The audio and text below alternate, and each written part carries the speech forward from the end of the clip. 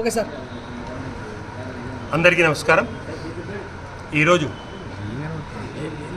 వక్ఫ్ board amendment యాక్ట్కు నిరసనగా నంద్యాలలో ఎన్నో ప్రోగ్రామ్స్ జరుగుతూ పోతూ ఉన్నాయి. ఈరోజు ఇక్కడ ఒక కార్యాచరణ కమిటీని ఏర్పాటు చేయడం జరిగింది. ఇందులో అడ్హాక్ కమిటీగా 6 మందిని సెలెక్ట్ చేసుకోవడం జరిగింది. ఫ్యూచర్లో ఈ నల్ల చట్టాలకు వ్యతిరేకంగా ఏ రకంగా పోరాడాలి, ప్రజాస్వామ్యయుతంగా దీన్ని ఏ రకంగా మేము ఎదుర్కోవాలి, ఈ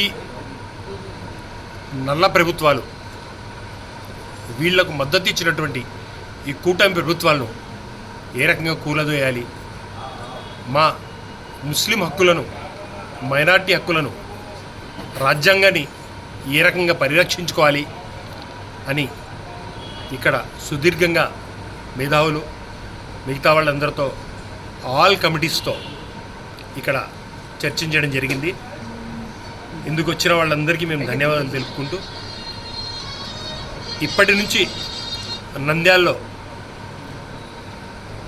ఏ వక్ఫ్ బోర్డ్ అమెండ్మెంట్ బిల్లుకు యాక్ట్గా చేసినా మేమందరము సంఘటితంగా పోరాడి దీన్ని రద్దు చేసే వరకు పోరాడతామని చెప్పేసి తెలుపుకుంటా ఉన్నాము. మేము ఈరోజు ఇక్కడ ఇప్పుడు సుప్రీంకోర్టులో వ్యవహారం ఉంది కాబట్టి అది అయిపోయేంత వరకు ఉండి దాని తర్వాత ఇది రద్దయ్యేంత వరకు కంటిన్యూగా పోరాడతామని చెప్పేసి ఉంటాము. ఎన్నో రకాల నిరసన కార్యక్రమాలు చేయాలని చెప్పేసి మేము ఇక్కడ సమావేశంలో నిర్ణయం తీసుకోవడం కూడా జరిగింది.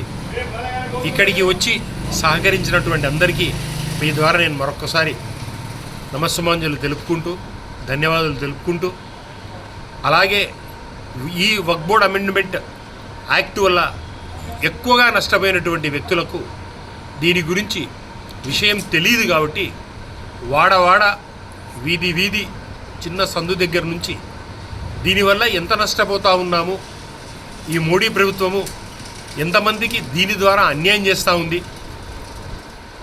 ఈ మోడీ ప్రభుత్వానికి తన స్వలాభం కోసము ఈ కూటమి ప్రభుత్వము, చంద్రబాబు నాయుడు ప్రభుత్వము ఏ రకంగా సపోర్ట్ ఇస్తూ ఉంది, తన స్వలాభం కోసము ఇక్కడ ఉన్నటువంటి మిగతా నాయకులు, మంత్రులు అనుకోండి, చైర్మన్లు అనుకోండి, మిగతా నాయకులు వాళ్ళ స్వలాభం కోసము ఏ రకంగా మౌనం వహిస్తూ ఉన్నారు అనేది సవివరంగా నంద్యాల చుట్టుపక్కల గ్రామాలు అంతటా ఈ కమిటీ విస్తృతంగా పర్యటించి విషయం తెలిపి వాళ్ళను జాగృతం చేసి వక్ఫ్ బోర్డ్ అమెండ్మెంట్ యాక్ట్ రద్దయ్యేంత వరకు మేము పోరాటం చేస్తామని చెప్పేసి దాన్ని రద్దు దిశగా మేము పయనిస్తే అల్లా మాకు ఈ విషయంలో సక్సెస్ చేస్తాడని చెప్పేసి ఆశిస్తూ సెలవు తీసుకుంటాం. నమస్కారం.